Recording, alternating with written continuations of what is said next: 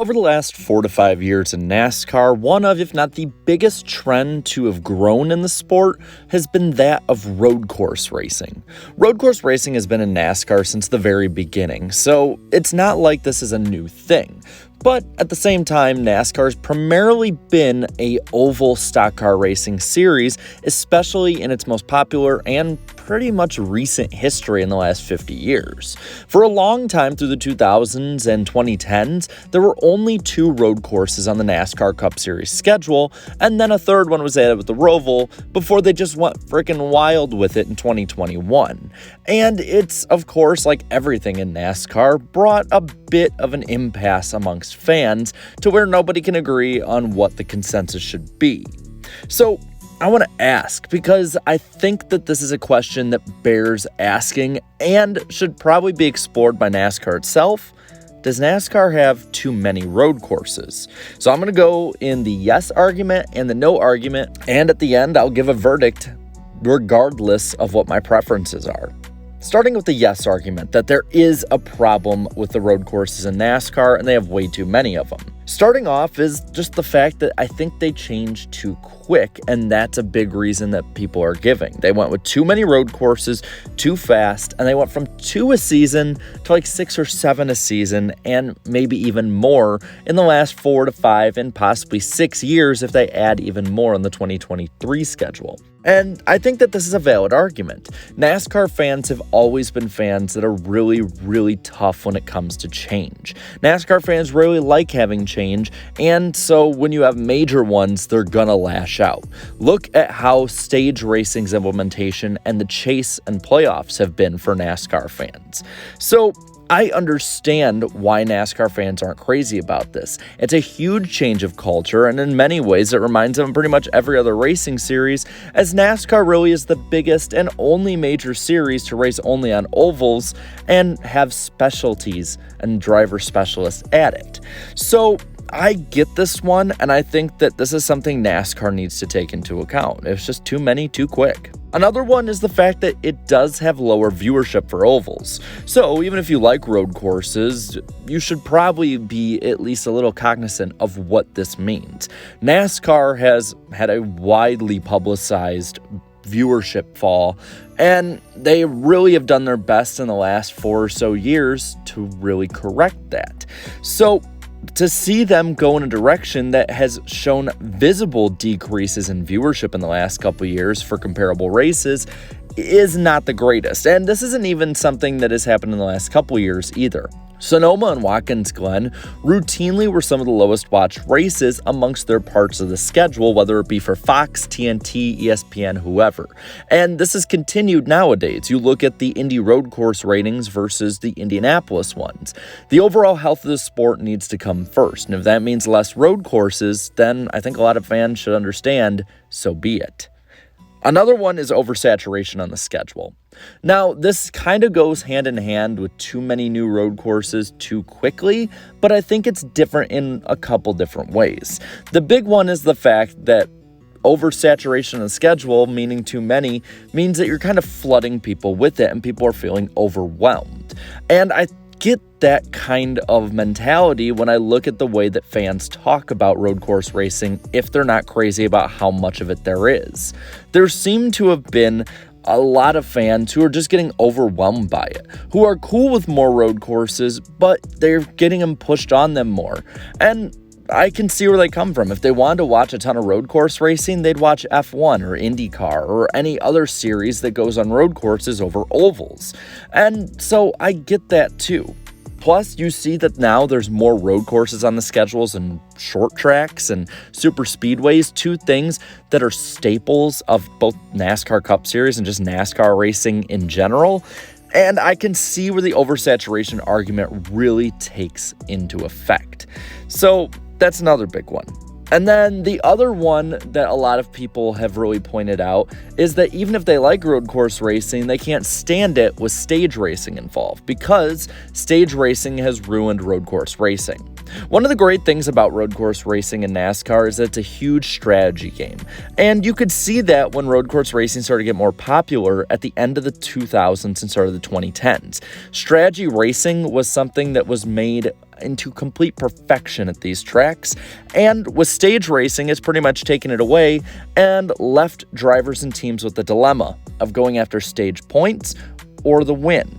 And in a lot of ways, if you're going to get stage points and worry about the cutoff line for the playoffs, then you have to give up your chance for a win.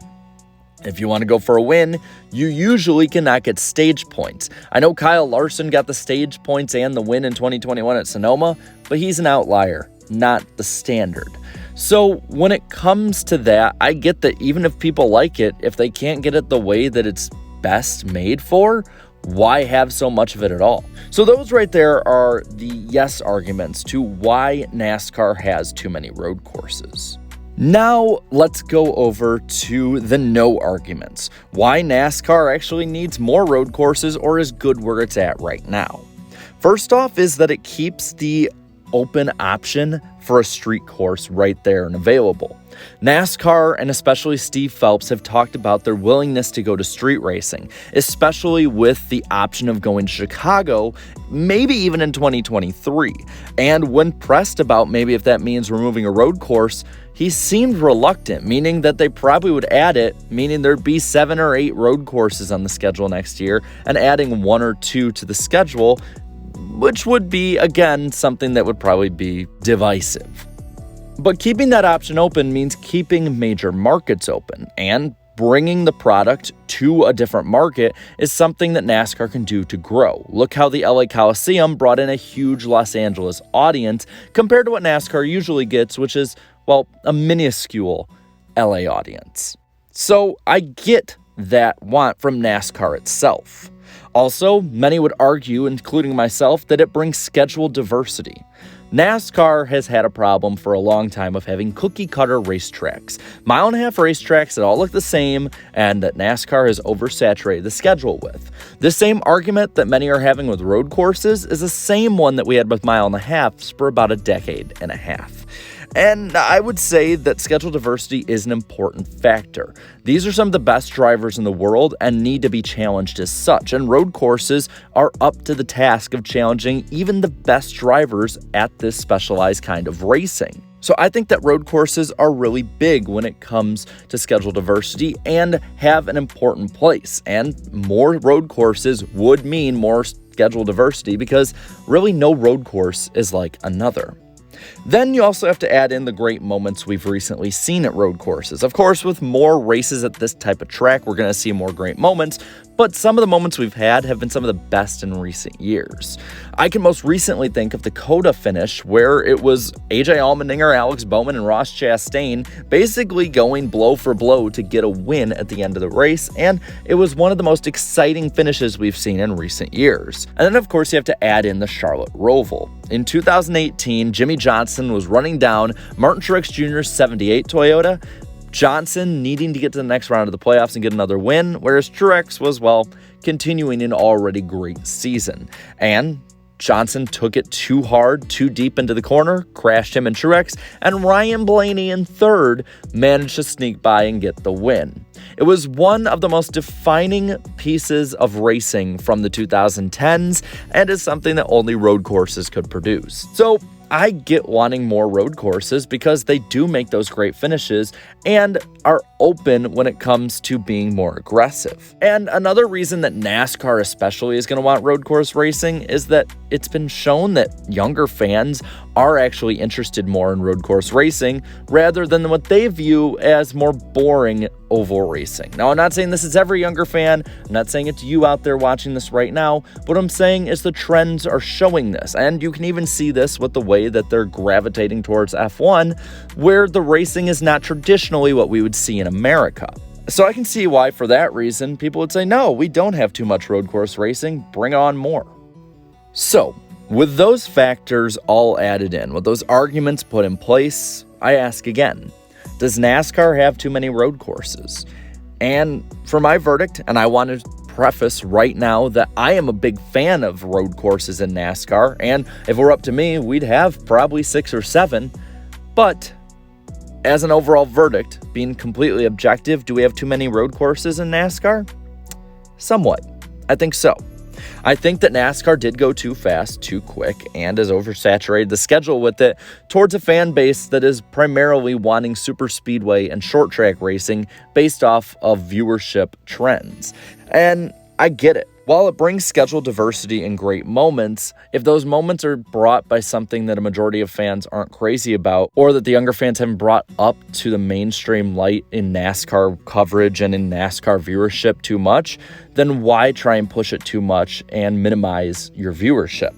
I think that right now, maybe 4, 5 at the most is the most road courses that would be a safe ground on the schedule to have.